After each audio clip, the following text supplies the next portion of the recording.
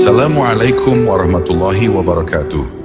Sahabat jejak sufi yang kami muliakan dimanapun Anda berada. Pada suatu masa setelah wafatnya Nabi Musa alaihissalam, ketika Bani Israel tengah mencari arah dalam perjalanan sejarah yang panjang, berdirilah sebuah kerajaan besar di tengah padang yang subur. Negeri itu tampak gemilang dari kejauhan, menaranya menjulang tinggi, tembok-temboknya dihiasi ukiran emas, dan sungai-sungainya mengalirkan air jernih yang menjadi sumber kehidupan bagi rakyatnya. Namun, di balik kemakmuran itu, tersimpan bayang-bayang gelap yang perlahan merayap ke dalam hati manusia. Raja yang memerintah negeri tersebut adalah seorang penguasa yang kekuasaannya melampaui batas. Ia berdiri di singgasananya, seolah-olah dunia tercipta dari telapak tangannya. Setiap kata yang keluar dari bibirnya menjadi hukum yang tak boleh dibantah. Dan ketika kekuasaan merasuk terlalu dalam, ia pun melangkah ke batas yang paling berbahaya. Ia mengangkat dirinya sebagai Tuhan. Seluruh rakyat dipaksa tunduk dan menyembahnya. Dari pasar hingga istana, dari ladang hingga pusat kota, nama sang raja dielulukan bukan sebagai penguasa, melainkan sebagai sesembahan. Siapapun yang menolak perintahnya akan dijatuhi hukuman mati dengan cara yang mengerikan. Tidak ada yang berani menentang, sebab bayang-bayang hukuman mengintai seperti singa yang siap menerkam mangsanya. Seiring berjalannya waktu, tahun demi tahun berlalu, generasi demi generasi tumbuh dalam kebohongan yang ditanamkan dengan paksa. Anak-anak yang lahir di negeri itu tumbuh tanpa pernah mengenal Tuhan yang sebenarnya. Mereka diajarkan sejak kecil bahwa pencipta langit adalah raja mereka, bahwa pengatur hujan adalah raja mereka, bahwa kehidupan dan kematian bergantung pada kehendaknya. Lambat laun, cahaya ketauhidan yang dulu menerangi hati nenek moyang mereka mulai padam, terselimuti kabut tebal yang diturunkan oleh kesombongan manusia. Doa-doa yang seharusnya dipanjatkan kepada Tuhan yang Maha Esa, kini berubah menjadi pemujaan kepada seorang raja. Di tengah kekuasaan yang tak terbantahkan itu, sang raja memiliki seorang penasihat istana yang paling ia percayai, seorang tukang sihir yang kehebatannya melebihi kisah-kisah legenda. Lelaki tua itu adalah sosok yang selalu berdiri di sisi sang raja, membisikkan kata-kata yang terdengar seperti kebenaran, namun sesungguhnya hanyalah bayang-bayang tipuan. Dengan sihirnya, ia menegakkan wibawa sang raja, mengelabui mata rakyat, dan menutup pintu hati mereka dari cahaya kebenaran. Namun tidak ada kekuatan duniawi yang dapat mengalahkan perjalanan waktu.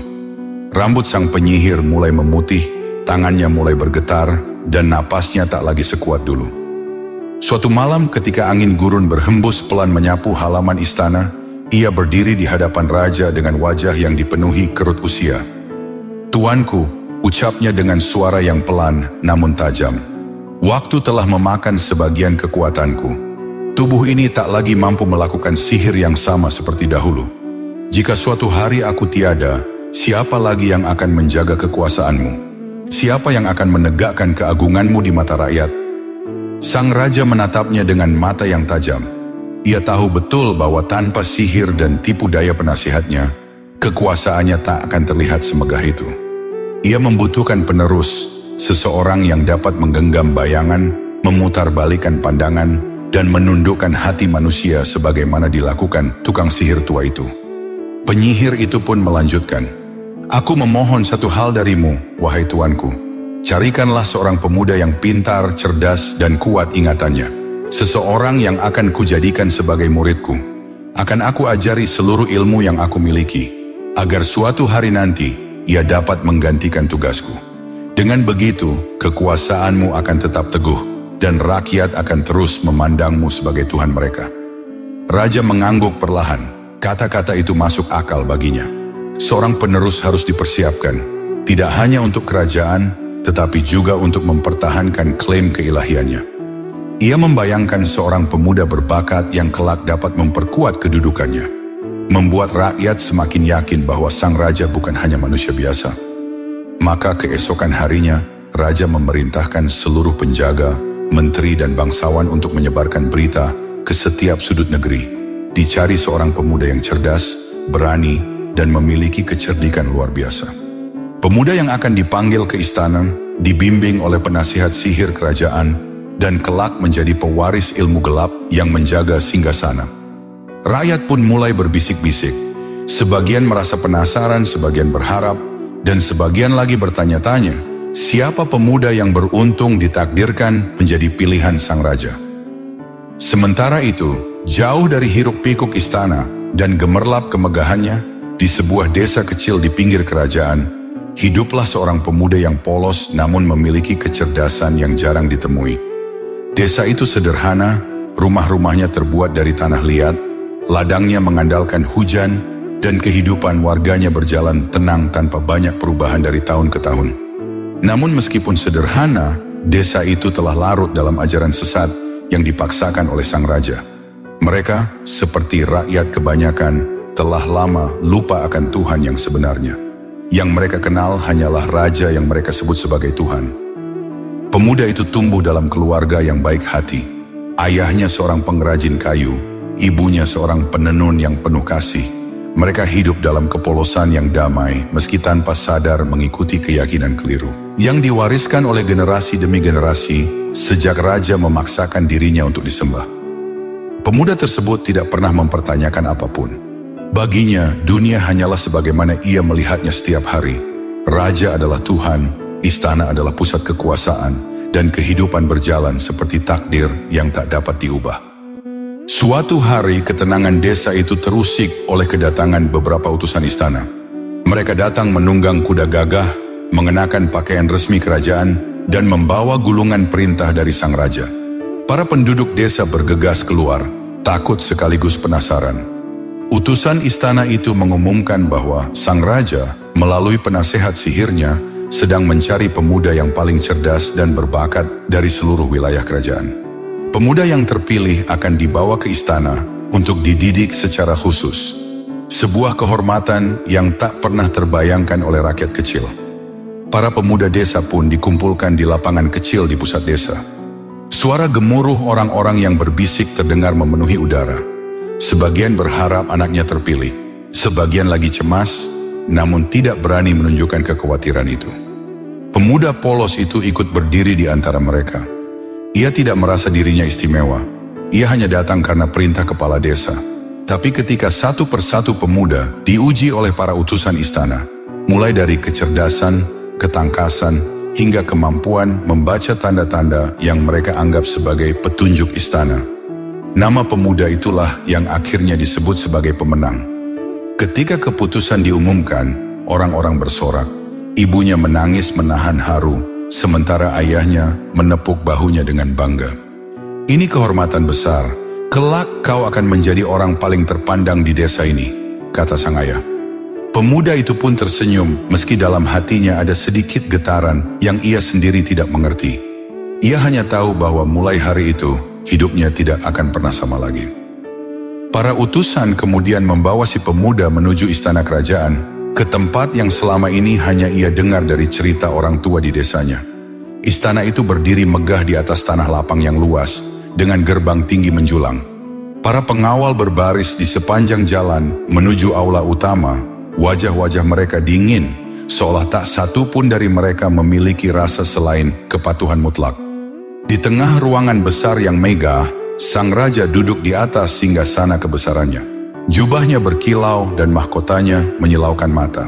Ketika si pemuda dibawa masuk, suara derap langkahnya terasa begitu kecil di hadapan keangkuhan raja yang menguasai ruangan itu.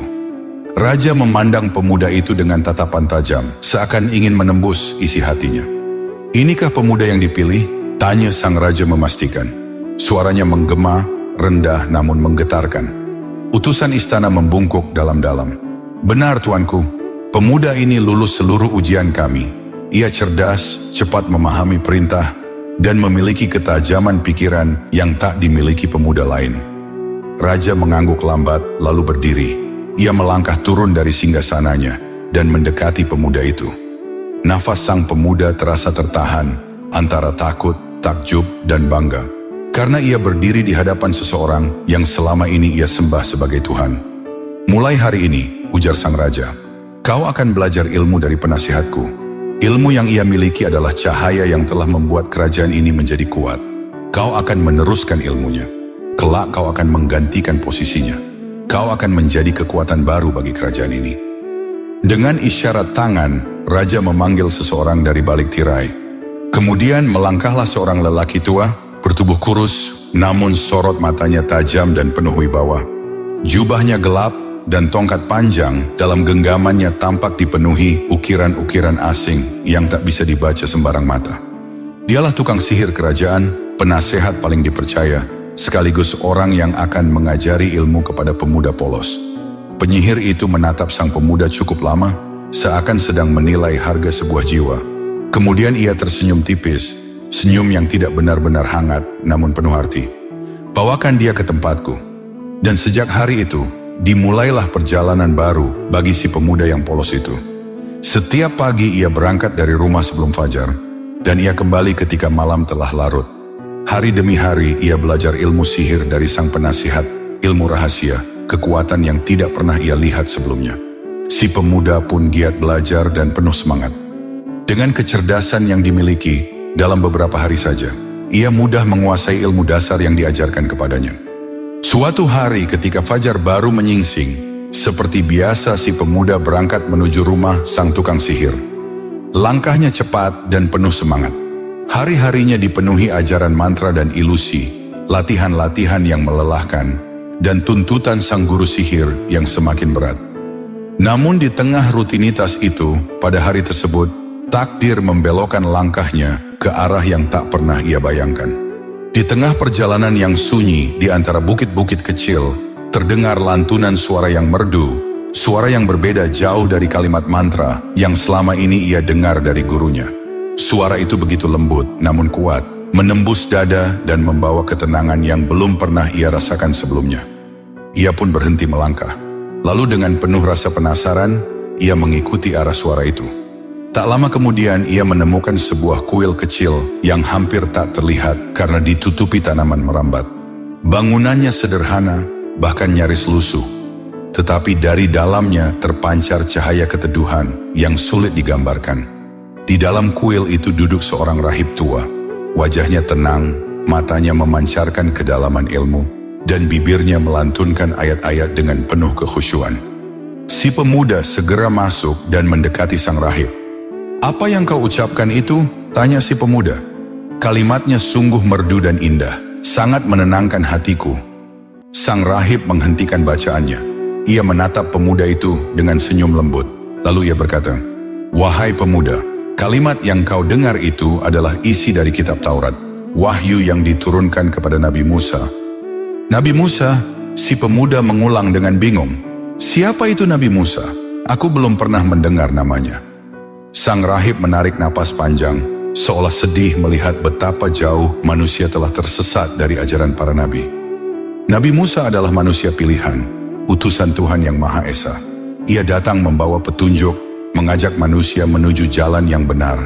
Ia mengingatkan manusia agar tidak sujud kepada makhluk, tetapi hanya menyembah kepada Allah Subhanahu wa Ta'ala, Tuhan yang menciptakan langit dan bumi, Tuhan yang menguasai seluruh makhluk.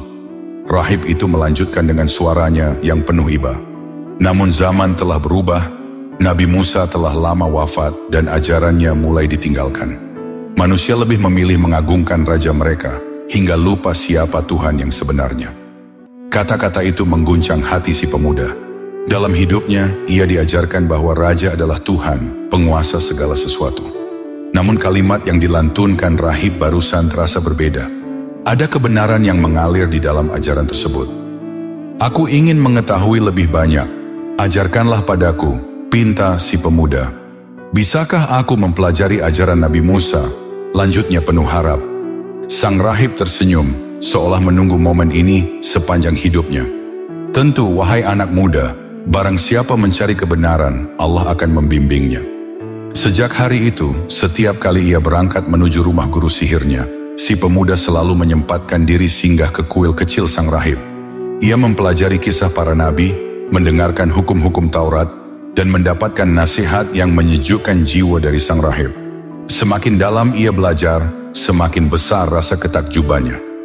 Sementara itu, guru sihirnya juga melihat potensi besar dalam diri pemuda tersebut. Setiap hari ia memperhatikan bagaimana anak itu menyerap ilmu dengan cepat, lebih cepat dari banyak murid yang pernah ia temui sebelumnya. Ada kecerdasan alami dalam diri si pemuda dan juga ketulusan hati yang belum ternoda. Justru karena itulah dalam hati penyihir tua muncul rasa cemas yang ia sendiri tak memahaminya.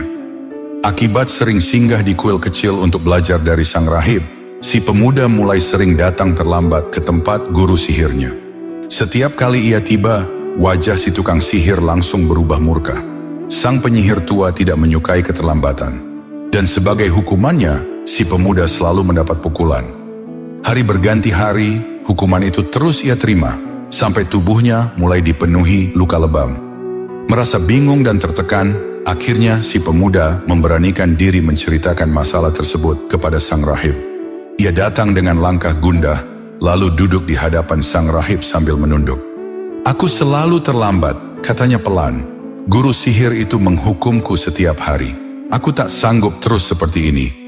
Sang rahib menatapnya iba, memahami kegelisahan pemuda yang masih polos itu. Lalu ia berkata dengan tenang, "Jika begitu, katakan saja kepada guru sihirmu bahwa kau terlambat karena harus menyelesaikan pekerjaan rumah.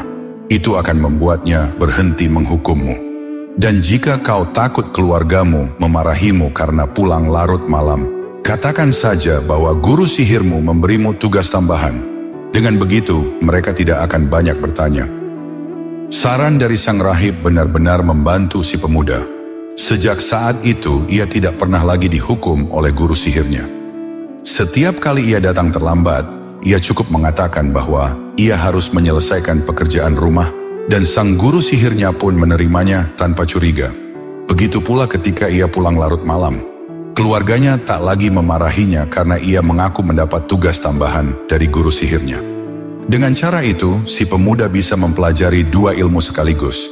Ilmu sihir dari penasehat istana dan ilmu ajaran Nabi Musa dari sang rahib. Dua dunia yang berbeda itu kini berjalan beriringan dalam hidupnya tanpa seorang pun yang tahu selain sang rahib.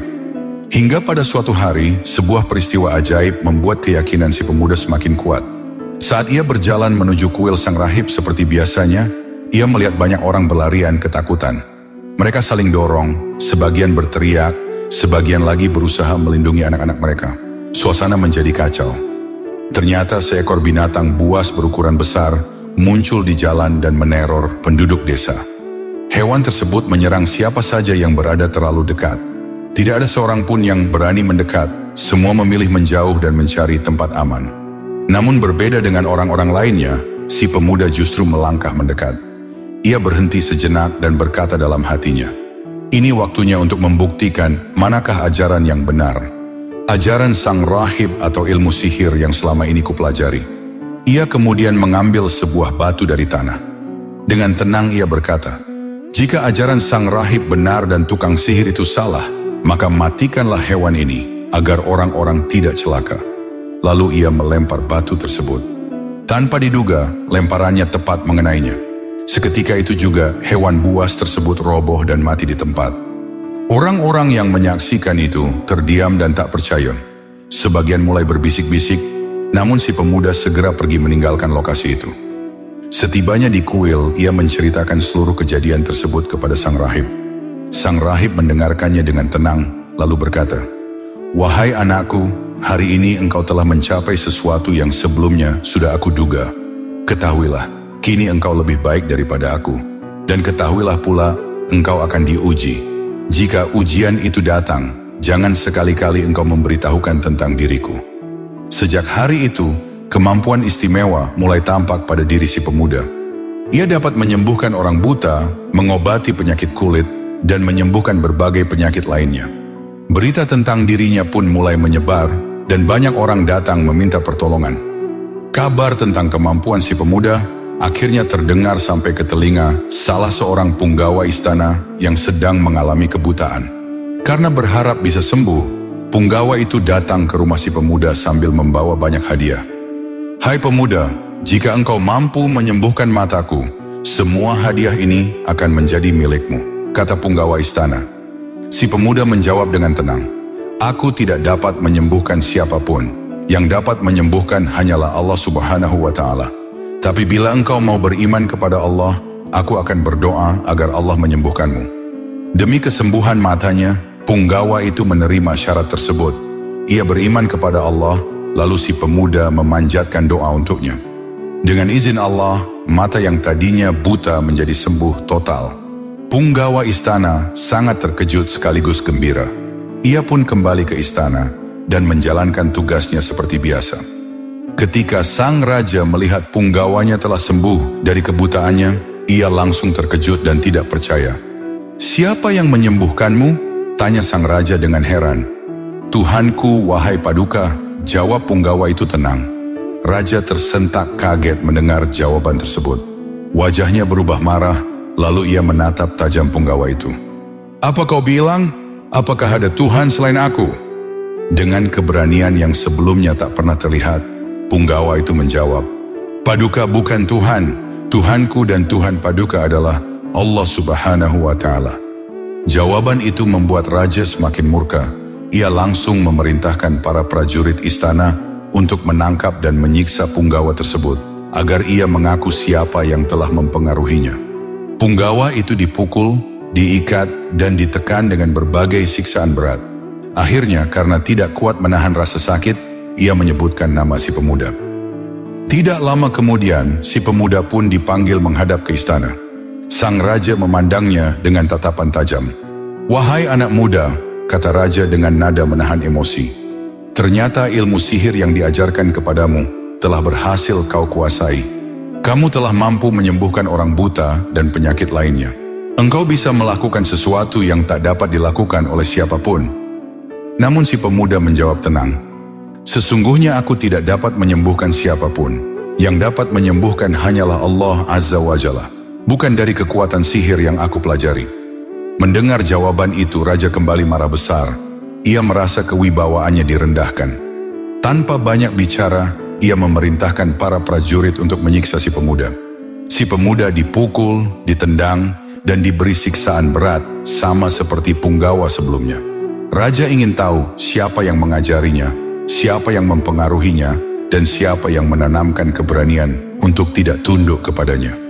Akhirnya, karena tak kuasa menahan pedihnya siksaan, si pemuda terpaksa melanggar janjinya kepada sang rahib dan memberitahukan namanya.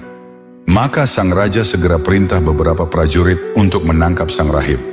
Tak butuh waktu lama, sang rahib berhasil ditangkap dan dibawa ke istana. Wajahnya tetap tenang, seolah dunia tidak memiliki kuasa sedikit pun atas hatinya. Ia sudah memahami bahwa jalan yang ia pilih tidak mudah, meskipun ia tahu bahwa kebenaran harus ditegakkan, meski dengan nyawa sebagai gantinya. "Keluarlah dari agamamu dan sembahlah aku sebagai Tuhanmu," bentak sang raja dengan suara yang menggema di seluruh aula istana. Rahib itu menunduk sejenak, bukan karena takut, tetapi sebagai bentuk penghormatan, lalu mengangkat wajahnya dan berkata dengan suara tegas, "Aku tidak akan meninggalkan ajaran Nabi Musa." Jawaban itu menyulut kemurkaan raja. Wajahnya merah penuh amarah, tangannya mengepal dan ia berteriak, "Bunuh dia! Beri dia siksaan paling kejam agar semua melihat akibat membangkang." Para prajurit pun menggiring sang rahib ke tempat eksekusi. Di hadapan banyak saksi, tubuhnya dibaringkan, lalu gergaji diletakkan di tengah kepalanya. Gergaji itu pun ditarik, dan perlahan tubuh sang rahib terbelah dua. Semua mata menyaksikan dengan tegang, dan sebagian dari mereka gemetar. Namun yang paling mencolok adalah ketenangan sang rahib. Tidak ada teriakan putus asa, hanya wajah yang seolah telah melihat kedamaian yang lebih besar dari dunia ini. Raja belum puas. Setelah membunuh sang rahib dengan cara yang mengerikan, ia menunjuk punggawa istana yang telah beriman kepada Allah. Punggawa yang sebelumnya disiksa karena menolak tunduk pada kesombongan sang raja. "Engkau," ujar raja sambil menunjuk, "keluarlah dari agamamu. Jika tidak, nasibmu akan sama seperti rahib itu." Punggawa itu berdiri dengan tubuh yang masih penuh luka.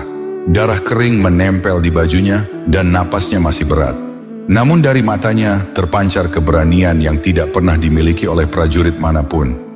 "Demi Allah," ujarnya perlahan tapi tegas, "aku tidak akan kembali kepada kesesatan. Aku tidak mungkin mengakuimu sebagai Tuhan, meski kematian ada di hadapanku." Raja mengerang marah, lalu memberi isyarat. Punggawa itu pun dihukum dengan cara yang sama. Tubuhnya digergaji hingga terbelah dua dan nyawanya melayang dalam sekejap. Namun wajahnya tetap sejuk dalam kematian, seolah ia tahu bahwa yang ia pilih adalah jalan para syuhada.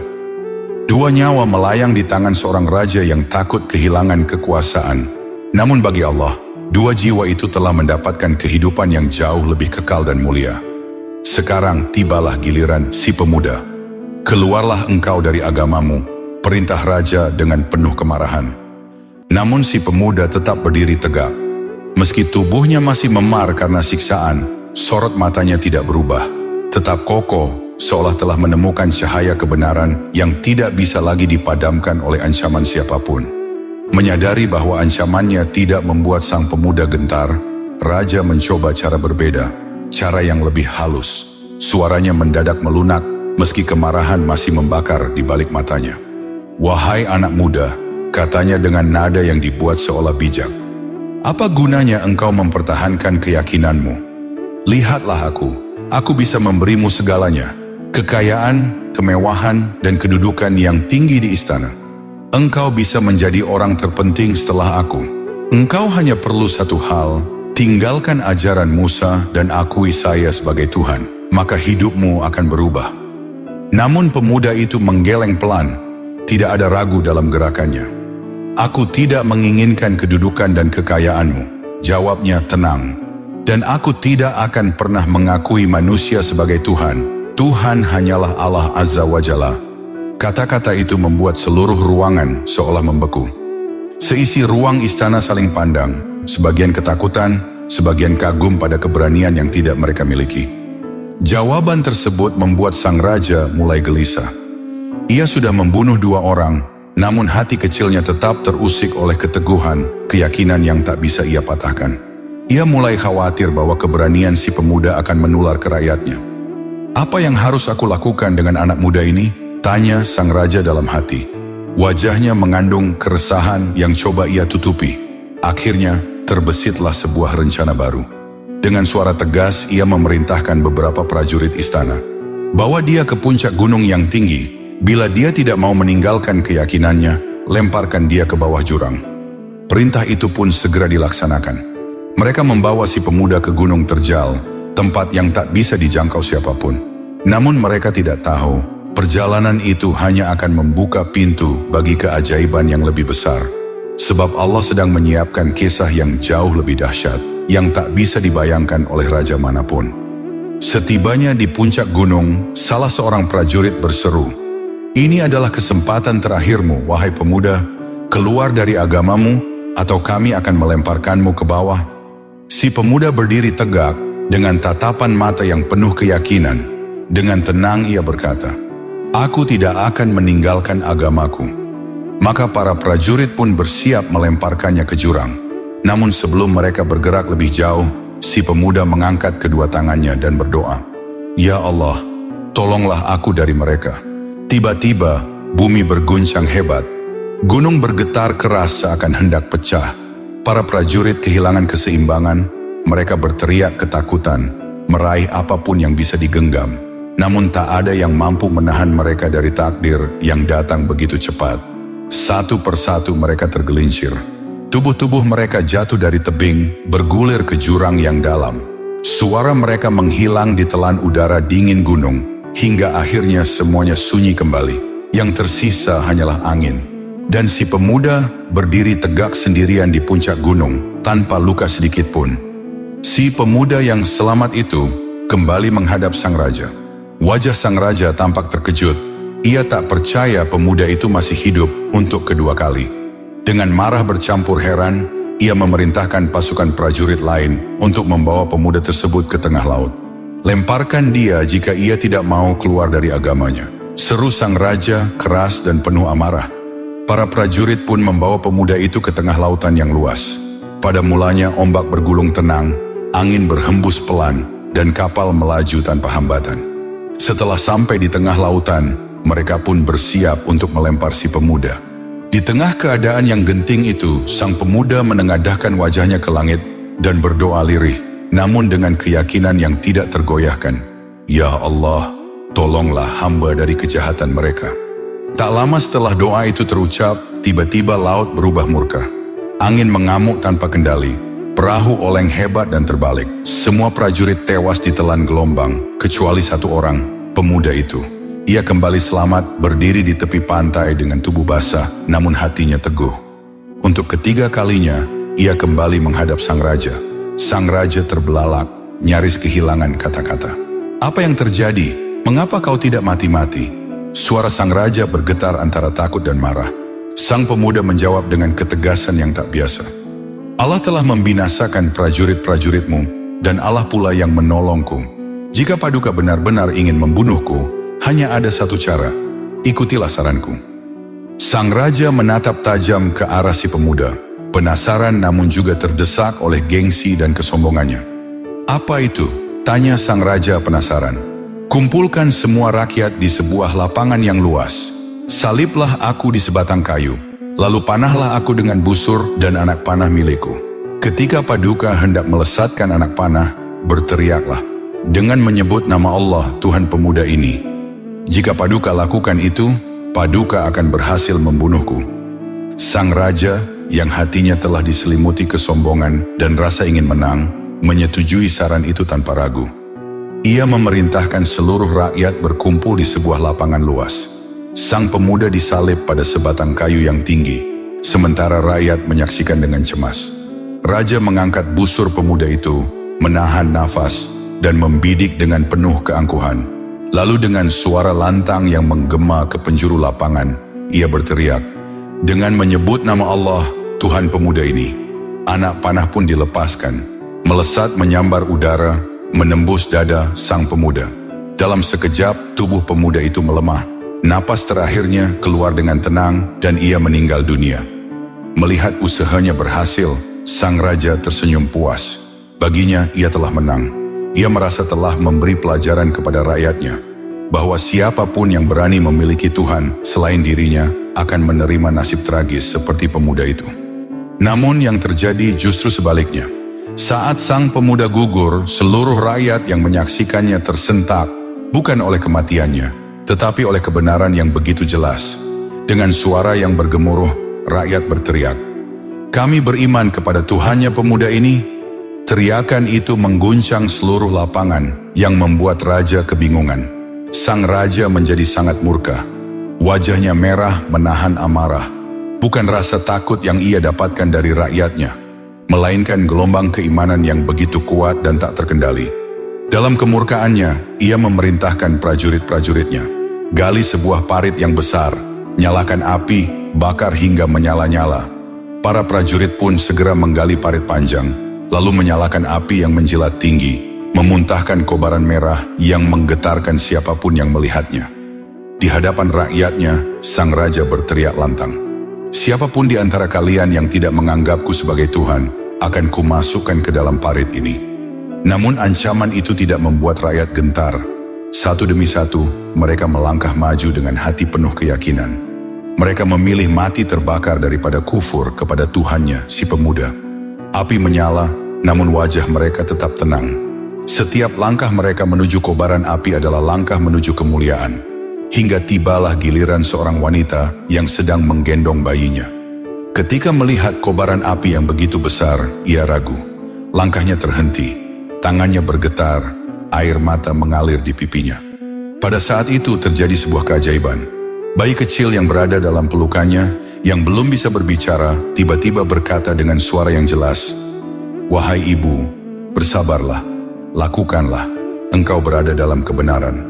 Wanita itu tersentak, keraguannya hilang seketika. Dengan hati yang mantap, ia melompat bersama bayinya ke dalam parit api itu. Mereka pun mati syahid. Satu demi satu, seluruh rakyat sang raja memilih iman daripada keselamatan dunia.